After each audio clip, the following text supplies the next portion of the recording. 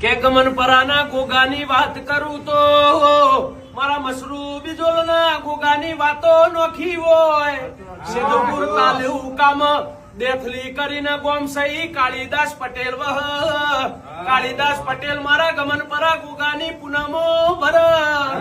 કાળીદાસ પટેલ ના એકની એક દીકરી સઈના નોના નાનપણમાં સન્યાલ સદાત પર વિવાહ કરેલા છે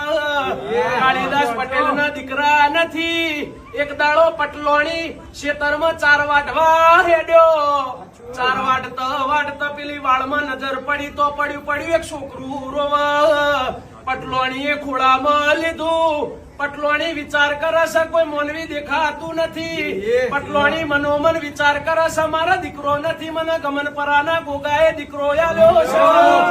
પટલોણી દીકરાને ઘેર લાવી દૂધના હાકર પૈને દીકરો મોટો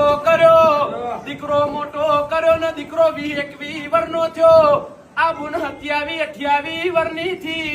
આ બુનનું હારું સનિયાર થતું તું એટલા બુનને મારા રોમે ભણ્યો વાલ્યો ભણ્યો 5-6 મહિનાનો થયો આ પટેલ કાળીદાસ સુખી હતા એટલે જાડું જીવણું કર્યું અને સનિયાર મોકલ્યું મોમાં પગલાના સગન માટે આ જીભના મોલેલા ભાઈને તેડવા મોકલ્યો ભાઈ ગાડું લઈને તેડવા નીકળ્યો તેડીને બુનને વળતો વળ્યો એટલે ગમન પર દેકાવાળાની શેમે પહોંચ્યો ભાઈની નજર બુનના દાગીનો હોમી પડી એટલે લોહીના ગુણ આયાવના રે નહીં ભાઈની નજર બગડી પેલા દાગીનો હોમી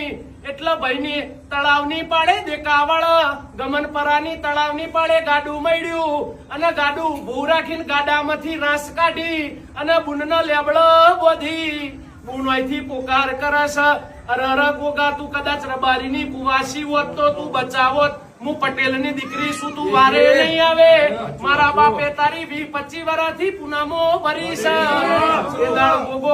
કોન હોબળી જો આ ભાઈએ દાગીના બધા કાઢી લીધા પણ પગના કડલા છૂટ્યા નહીં એને ભંડારામાંથી કોઢો કાઢ્યો ને મારવા જો ગોગો આવ્યો ને વાળમાંથી ગોગો આવ્યો ને નાકે ડૂચો ભર્યો પેલા ભાઈને ઝેર ચડ્યું ને ભાઈ નેચા પડી ગયો પેલું ભણ્યું નેચા પડ્યું રોતું તું ગોગો અવળો ફર્યો ને પૂછડી મુઢામાં આલી અને ભણ્યું સોનું રહી ગયું ને પૂછડી ને ધાબા મોડ્યું એ આ રીતે મારો ગોગો ગાયો કુવાસીના વારે ચડેલો છે મારો મસરૂ બીજોલનો ગમન પરાનો ગોગો